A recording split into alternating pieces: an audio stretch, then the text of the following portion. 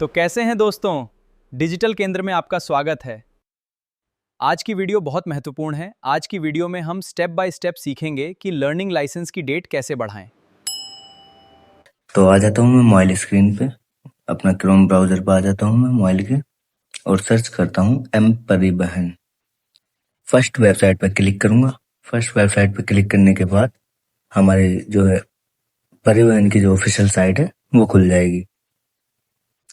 Three line पे click करूंगा, online service पे क्लिक करूंगा, ड्राइविंग रिलेटेड सर्विस पे क्लिक करूंगा, फिर पॉपअप क्लोज करके अपना स्टेट सिलेक्ट कर लूंगा।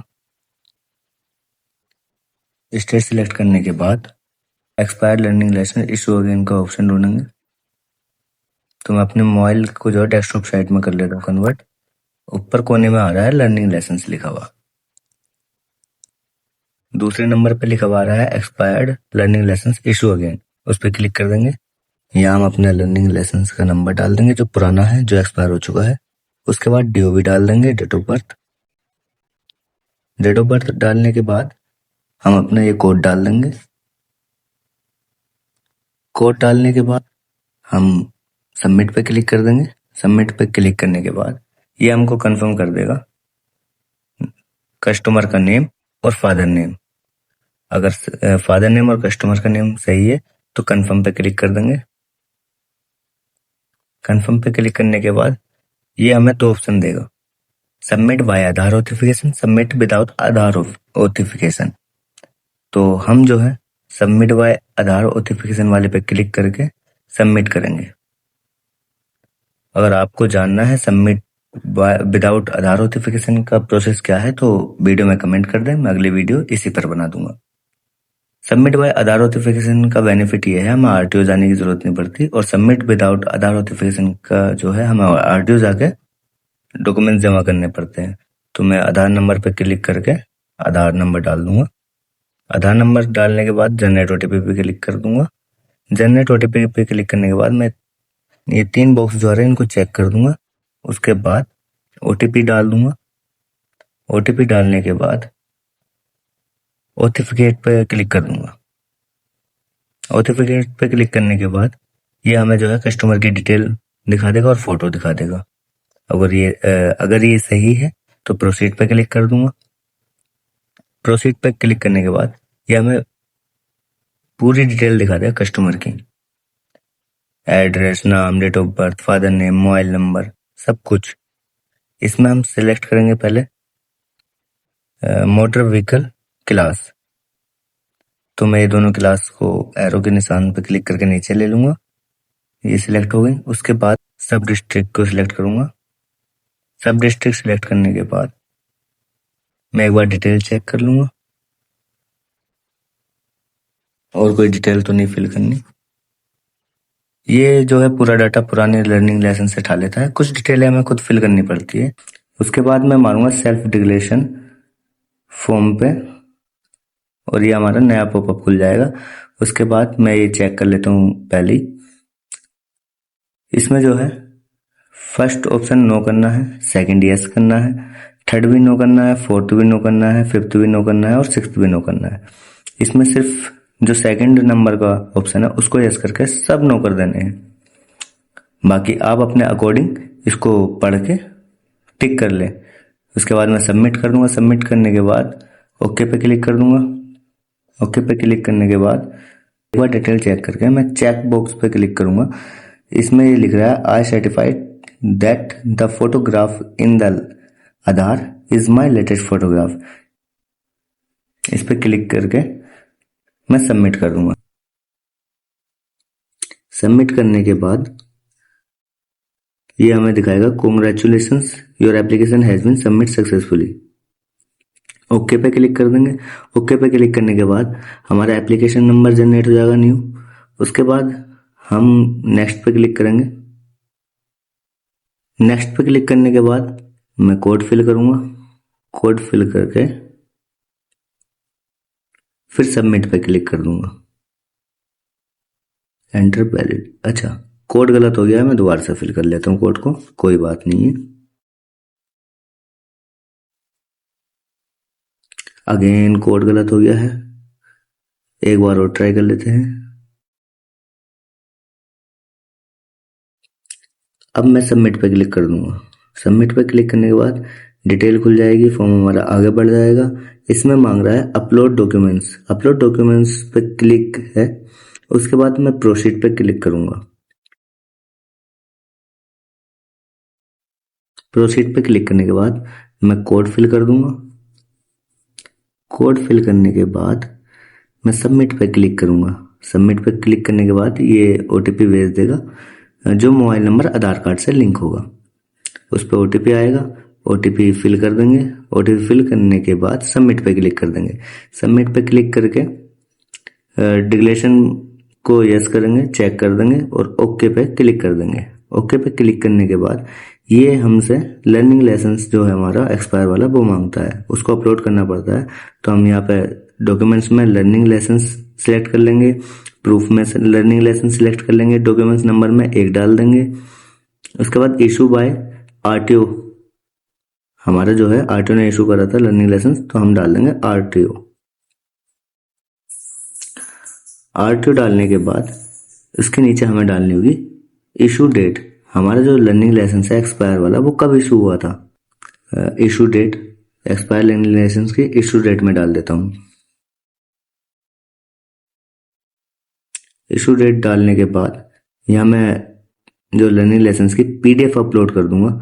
इसमें ध्यान रखना है कि हमारी जो पीडीएफ है वो 500 केबी से कम की हो।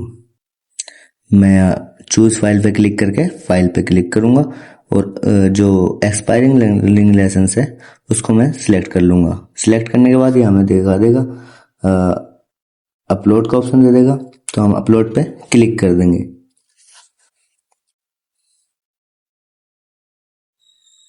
अपलोड पे क्लिक करने के बाद ये हमसे 2 ऑप्शन देगा हमें, एक तो व्यू का और एक कंफर्म का। तो हम व्यू करके देख लेंगे कि हमारा कौन सा डॉक्यूमेंट जो हमने अपलोड किया है सही है या नहीं है। अगर सही नहीं है तो नीचे एक और ऑप्शन है क्रॉस का, उस पर क्लिक करके हम इसको कैंसिल कर देंगे और दोबारा से जो हमारा एक्सपायरिंग लाइसेंस है उसको लगा देंगे। और यहाँ पर मेरा सही है तो मैं कंफर्म कर देता हूँ। कंफर्म करने के बाद ये दिखा देगा हमें ऑल डॉक्यूमेंट अपलोड सक्सेसफुली। उसके बाद नेक्स्ट पे क्लिक कर देंगे। नेक्स्ट पे क्लिक करने के बाद हमें यहाँ फिर से कोड डालना होगा।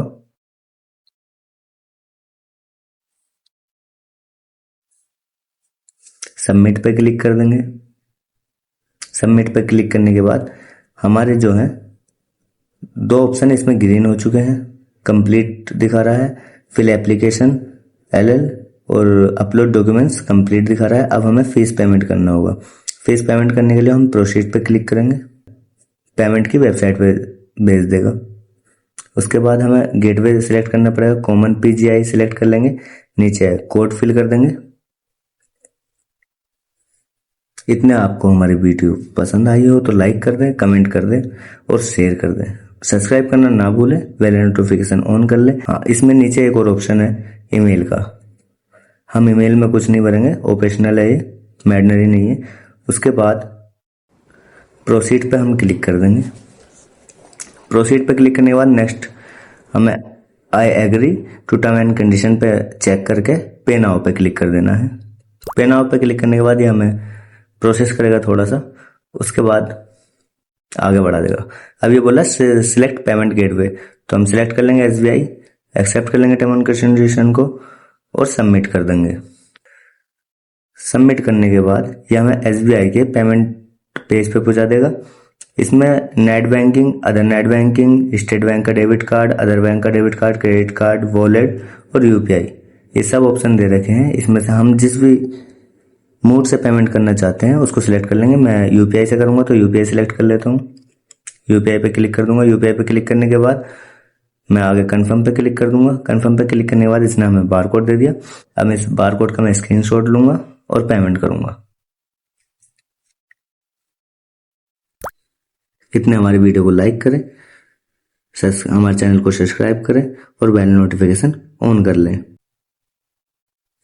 मैंने पेमेंट कर दिया, कुछ टाइम के लिए वेट कर लेंगे। उसके बाद ये खुद ही दिखा देगा your transaction status is success. Okay पे क्लिक कर देंगे, फिर थोड़ा सा वेट करेंगे, ये हमें खुद ही रिडायरेक्ट कर देगा वेबसाइट पे।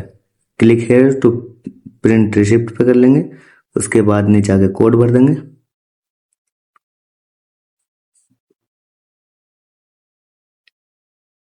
कोड भरने के बाद गेट डिटेल पे क्लिक कर देंगे।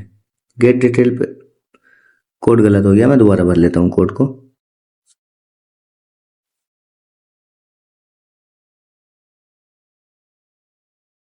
कोड फिल करके गेट डिटेल पे क्लिक कर लेंगे। गेट डिटेल पे क्लिक करने के बाद ये हमें नीचे दिखा देगा रिसिप्ट नंबर, आरटीओ, उस पर हम सिलेक्ट कर लेंगे। सिलेक्ट करने के बाद फिर से हमें कोड फिल करना होगा, कोड भरना होगा, फिर से हम कोड भरेंगे।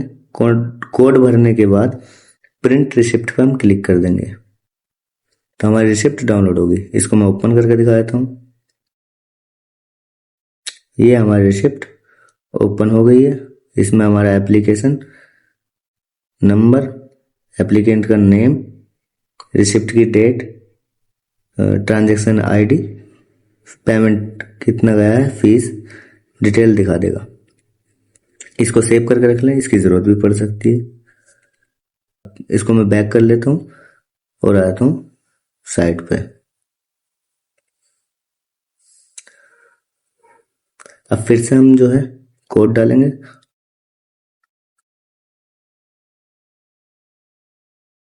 कोड डालने के बाद सबमिट करेंगे। अगेन कोड गलत हो गया।